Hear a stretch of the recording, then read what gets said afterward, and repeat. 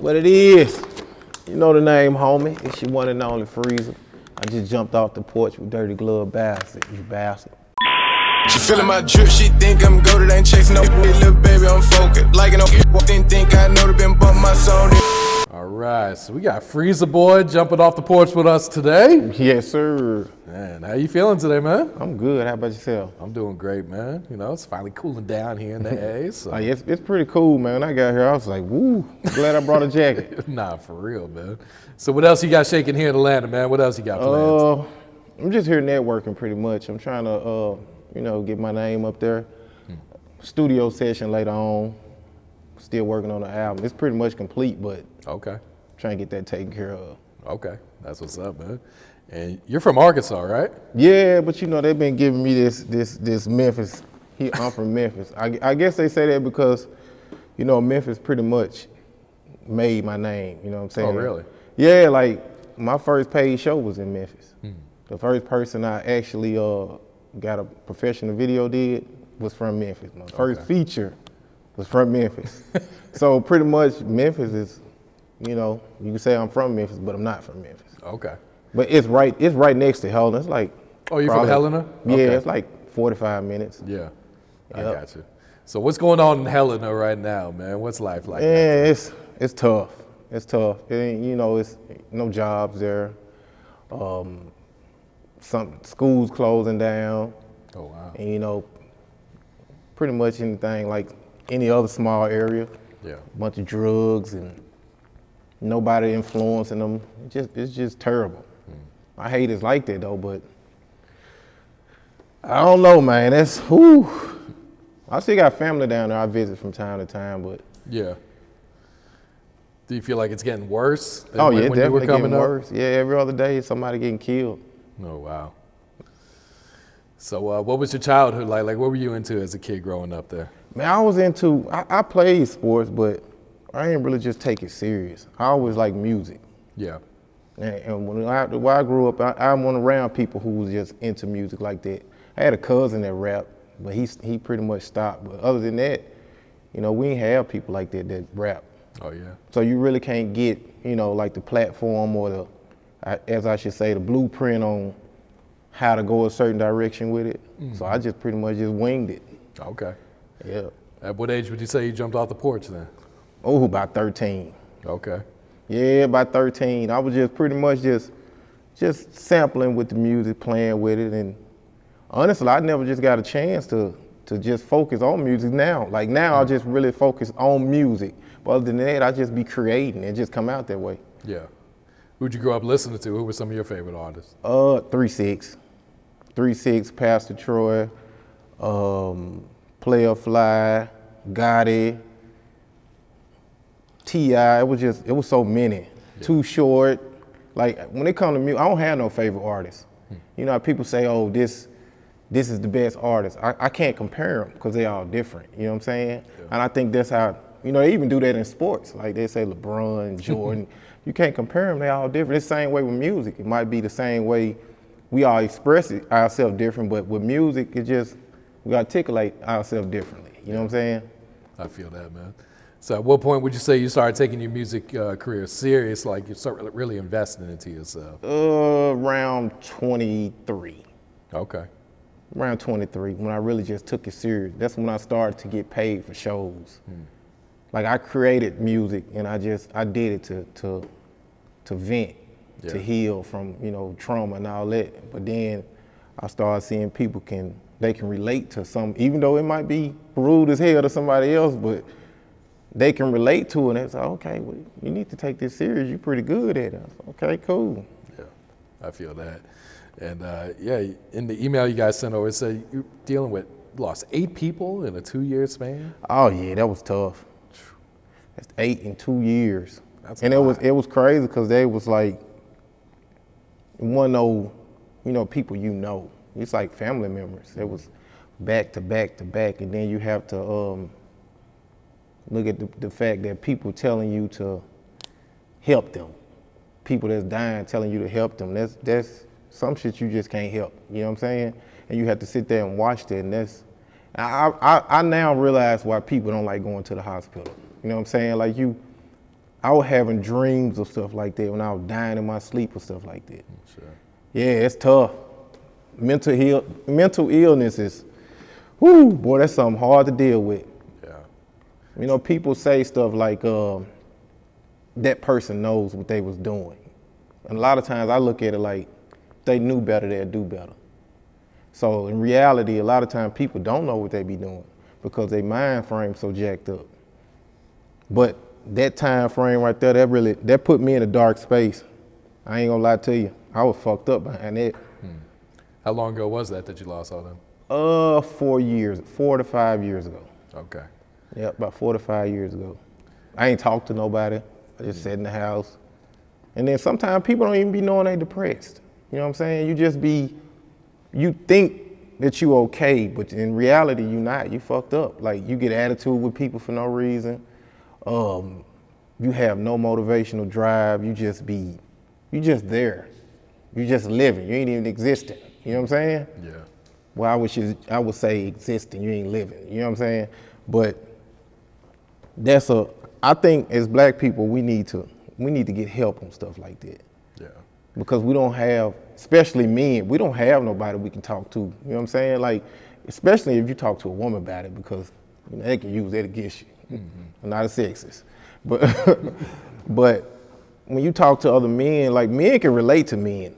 And we ain't gonna judge each other on no, cause you fucked up mentally on some shit like that. We just like, man, bro, you need to do better. You know what I'm saying? But a lot of times I ain't have nobody to go to talk to about it. Well, I feel like I didn't. People say it after you get done with it. It's like, man, I was moving yesterday. Same example, I was moving yesterday. I need somebody to help me, man. You should have called me, I would have helped you. But if you'd have called them, they wouldn't answer. Oh man, I got this going on. It's the same way with, I ain't say it's the same, comparing them the same, but example wise, you just gotta find a better way to heal from it. And I chose music. Okay. So what was that music sounded like? Was it really dark? Was it really painful? It was, you could feel it. You could feel it. And I kind of make it for the people who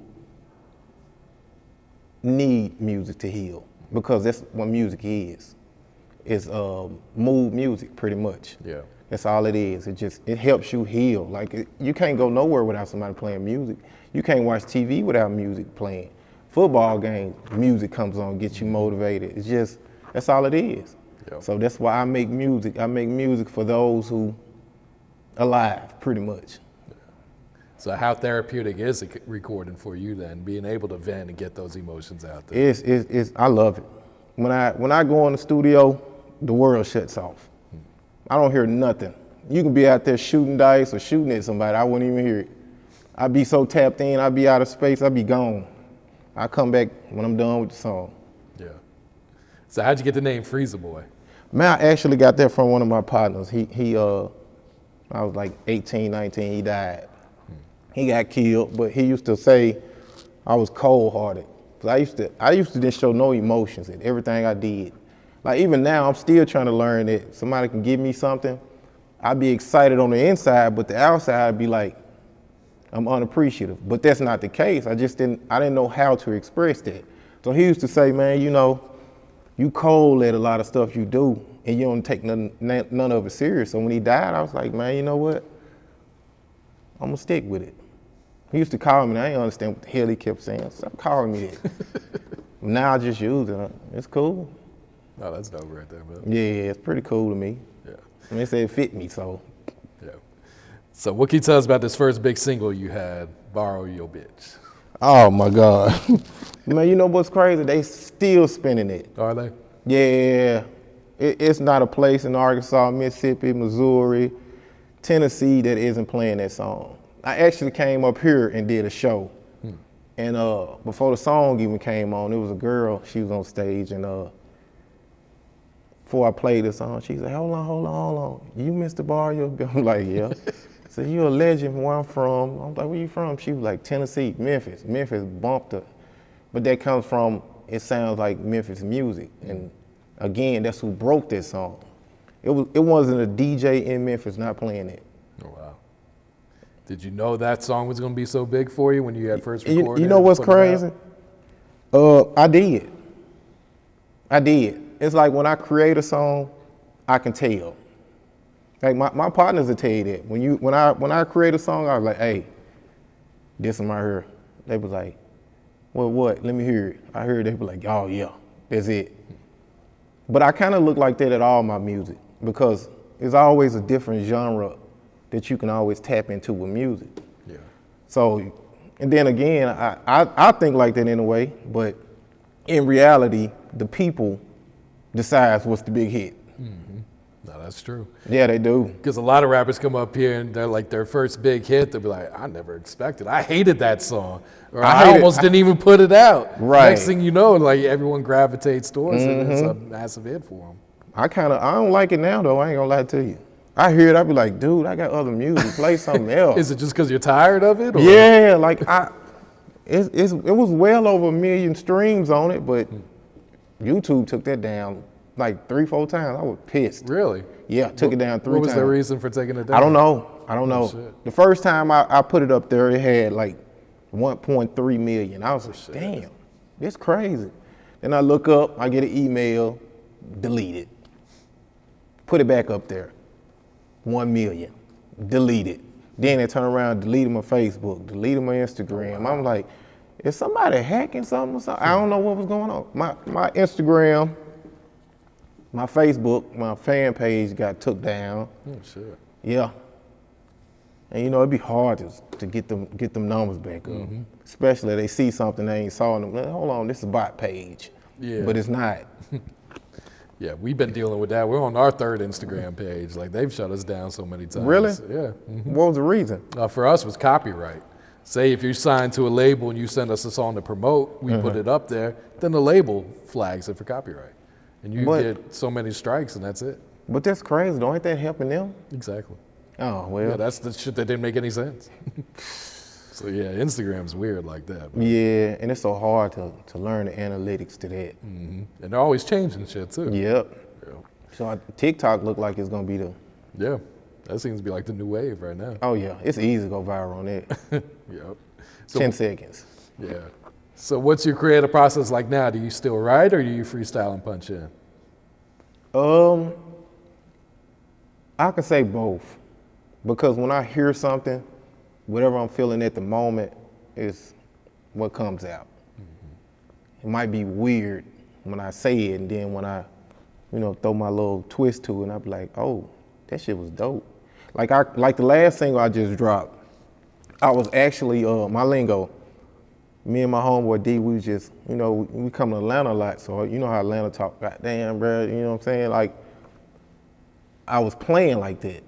He was like, yeah, boy, you crazy as hell. So I started writing some music, and it started to sound like that. I was like, okay, I'm gonna put my twist on it. I'm gonna put my words in it. And everything I was saying was real. It was the way I felt, but it sounded like I'm talking like Atlanta people, but I wasn't actually. So when he heard it, he was like, dude, this motherfucker bumping. We was gonna wait to let my other partner hear it, but he was like, man, I already let him hear it. We was going to shoot a video to it. But yeah, it came out crazy. I love it. They actually played it last night here. Okay. Got a Video good response? Oh yeah, great response to that. Yeah, that's dope. So what's been like one of the biggest risks you had to take for your music career that paid off so far? Family, time. And I look at that way, it's like everything requires risk. You know what I'm saying? Especially with music.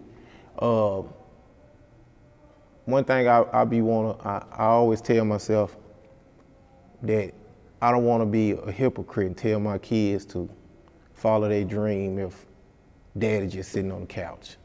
You know what I'm saying? Like in life, you can't have one without the other unless you're already rich. You know what I'm saying? Like you have to take that risk. You got to go out there and try. If you're not trying, then what the hell are you here for? Like, that's crazy. Like, I always wanted to be that person to lead by example, to sit here and say, man, I want to be this, and then feed my child an excuse why I didn't do it. Why you didn't do it? You made time to go to this club, or you made time to go over there and kick it with your homeboys. And again, that's that double-edged sword, because you can't have one without the other. In order a rich man ain't got time. Man, they got time, ain't got no goddamn money. That's true. Yep. And that sucks though, you know what I'm saying? Like you got to pick and choose which one you want. And kids are growing up so fast, you'll miss so much. And that's the part I hate, because I missed a lot. I missed a lot out here doing God knows what, but I was trying. That's all I was doing, just trying to establish a better life for my family. That's all. Yeah, ain't nothing wrong with that. Got to, man. You gotta try. Yeah. What has being a father taught you about life then? Patience. For sure. Patience. Lord, I have, man, sometimes I be want to strangle that little baby. I love them to death, but patience is something serious. Kids teach you patience. And they teach you how to appreciate as well. Especially, man, you sit there and you looking like, damn, I really got something that look just like me, act like me. I gotta lead by example. But that's exactly what it taught me, patience. I didn't have none. I also learned that you pray for patience, he might give you too much. That means you will let a lot of shit go by and you be like, damn, I'm letting this slide. I asked for too much patience, didn't I? I just wanted enough so I can handle this situation. Nah, for real. That's true, man. So what's going on with the music scene back at home right now? I don't know too many people that's just doing it there, but we got two that got signed from my hometown, Dolo and Freddie. Yep. They doing their thing, they holding it down. Yep. Why do you feel like people overlook the talent in Arkansas up until recently? Because when it comes to Arkansas, it's a more of a competition type thing. A lot of people won't say it. Then one thing I hate when they do is they make these lists.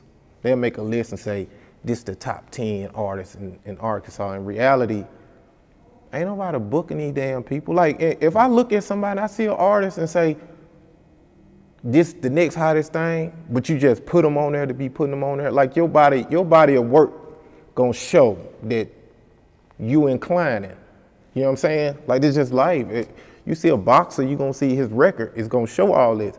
They just put people on there, and then that stirs up a pot, which causes problem with people who's already grinding. You'll see, oh, he harder than him.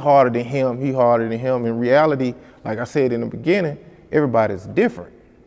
You can't compare these people, but you can't ignore these people who's grinding their ass off either. This person can drop one song and flash money, then you think he's the next hottest person. No, shit don't work like that. You still gotta put in that groundwork. They think sharing it 2 times on Facebook and making a YouTube video is groundwork. No, shit don't work like that. No, you gotta get out there and touch the people. You got to do it. And they try to ignore that part. They try to skip the groundwork and just go straight to success and look like it. You gotta put that shit into your craft. Like, you can't do that.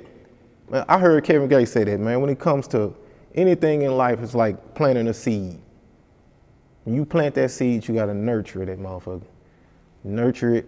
Even though you don't see nothing growing, you still gotta nurture it. And when that tree grow, you still gotta nurture it. They don't do that. They put on a drip, drop a song, hold a gun in a video.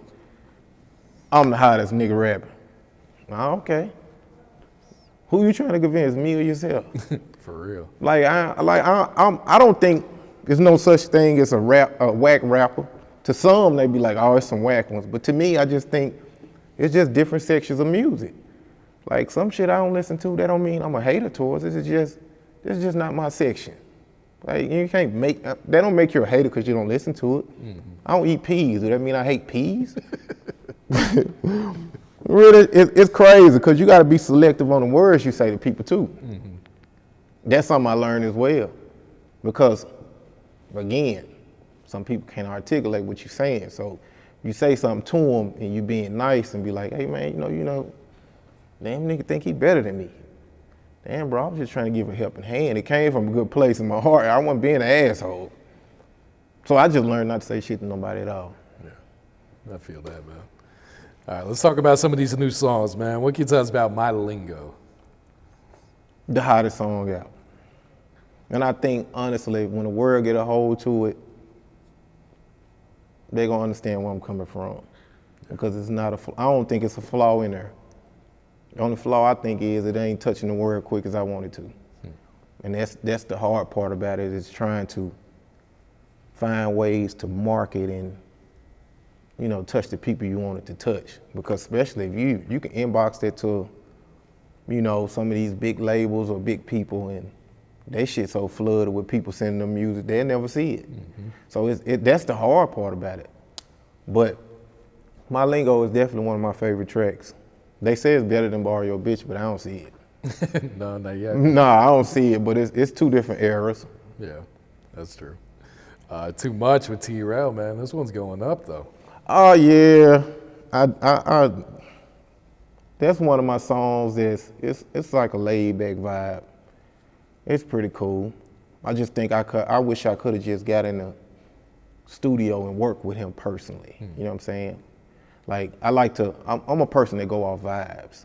So I want to be able to feel the energy of the person I'm working with, and that way I know what precautions to take with it. Yeah.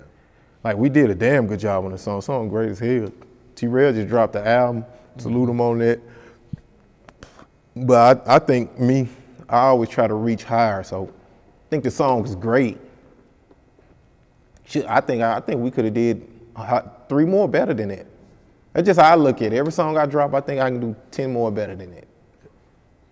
Yeah, especially when you're in the studio together and you're able to build off that chemistry, that energy. It definitely helps take it to another level too. Yeah, that's what you want to do, especially when you're working with an artist as big as T-Rell, you know what I'm saying? Yeah. But he sent me back some shit that I was like, woo.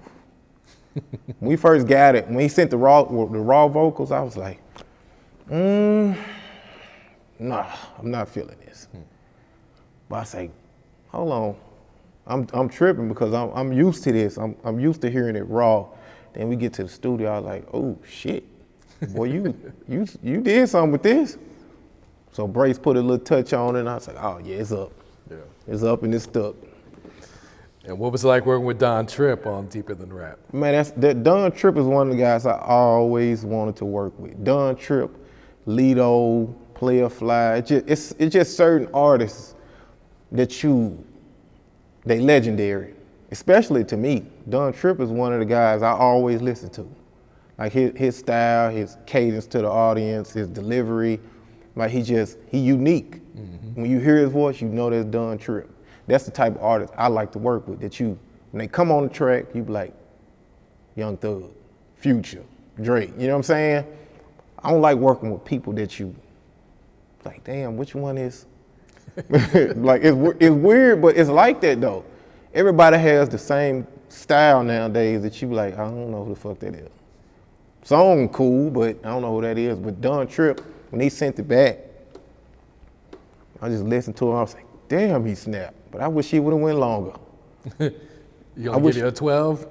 Man, more like an 8 or a 6. Really? Yeah, I was like, man, he could've, I wish he'd have went longer. He'd went longer, shit. Or if we was in the studio, we could have went back and forth, because he specialized in something like that. Yep, absolutely. All right, so you actually have 2 projects on the way, right? More like 3. 3, my bad. Yeah, more like 3. I got OTA, which 1 track away. Then I got Audio Therapy. Then I got Old Beats, New Flow. Okay. You know, you take the old school beats and just bring new school flow to them. Yeah. Like they doing them little freestyles on Sway in the morning and stuff like that. See, I love stuff like that. That's dope to me. Yeah. So which one's first up? Is it gonna be 1 track away? Or? Yeah, 1 track away coming first for sure. Okay. I'm gonna try to get that out before this year over with. And around February, March, we're gonna drop Audio Therapy. Okay. You know, it'd be cool by then. Yeah. Audio Therapy, it's a laid back, it's a real laid back vibe. You just have to listen. You don't listen, then you're gonna miss it. A lot of times people miss they miss the whole concept of albums just to throw songs in there. No, you don't do that. That's a mixtape to me. You just throw a whole bunch of songs in there to sound the damn same. To me, that's a mixtape. It's just on the album platform. That's all. Yeah. So what should we expect from One Track Away then? What type of vibes are you giving us on? You get everything on that. You get club vibe, you get real life, you get that pain music, you get something that cater to women, you get everything on that. That's why I call it One Track Away, because with that, any one of them tracks is sudden to catch the right person. They'd be like, oh, okay, that makes sense. But it all adds up. Because when you go track by track, you're like, damn, this is pretty much like you painted a vivid picture through each song. And that's what I try to do, especially with the audio therapy and old beats, new flow. Okay. So do you plan to put any features on One Track Away? I think the one I got on there is Done Trip. Okay. I have to look at the list, I forgot. Because it's like 50 songs I could have put on there. Jeez. Yeah, I got a lot of songs. I have that. Some of them songs, I was just gonna take them and make another album out of it. Call that Poor Man Rich Thoughts. Like, I can make 4 or 5 albums if I want to, but I think they're just oversaturating it. It's just too much music. I ain't gonna say too much music, but you don't wanna give them too much at one time. Yeah, attention spans these days are Yes, very that's small. Why. Yeah. Real small. Music videos, usually songs don't even have choruses sometimes. You just hear like a part that catches everybody's ear and they keep rotating that little piece. Mm-hmm. Probably hear the chorus or chorus and a verse, then the chorus and then the song go off. It was a song that came out, I think it was like a minute and 30 seconds, Gucci Gang, remember that song? Yeah. Gucci Gang, Gucci. That song was like a minute and 30 seconds. And I thought it was longer, but it was actually a minute and 30 seconds. I liked the song, but I was like, damn, that's crazy. Yeah, that's the new wave these days, especially for the streaming era, because that's how they figure you're gonna play the song more than a couple times since it's so short. Nah. So you get paid more off of it. Yeah, and that's how they go viral on TikTok. Yep, that too. 10 seconds. That's 10 all seconds you need. song. Yeah, 10 seconds. That's all you need. All right, so speak on some of the challenges that come with being an independent artist today. Oh, have to finance everything yourself. That's a challenge itself, because everything costs. It costs everything to network, to shoot videos, from beats to graphics, to everything it costs. That's the challenge about it. Then you have to get out and try to figure out how to connect the dots between this person and that person and put yourself in the best situation. But, excuse me, but that's challenging to me. Absolutely. Especially you don't know the intentions of a person. Like, I can meet this person and he can just be taking my money and playing me.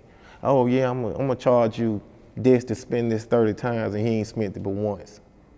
So I just pray I get put in the right position where I don't have to question stuff like that, because it happens all the time. You know what I'm saying? That's the scary part about it. You like, man, you been small, yeah, the club been going crazy. You going there? It's my first time hearing this song. Like, damn, you played me like that, bro. That's fucked up. Yeah, they do that though. I'm sure they do, man. Yeah, they do it. So that's why it's good to know. Like, I try to know certain DJs. Like, not all, you can't know them all. Like, certain DJs have that power to, if I send this to this DJ, these DJs look up to him. Mm-hmm. So they may pick up on it. Yeah, organically. they'll pick up on it. That's one thing I learned. Like, I ain't gotta know them all. Know the key ones, and then they tap in with him. For sure. Yep. That's wise right there, man. Oh yeah, you gotta be. All right, Freeza. So you got any shout outs you'd like to give before we wrap it up here today? Oh yeah, man. To all my people back in Arkansas.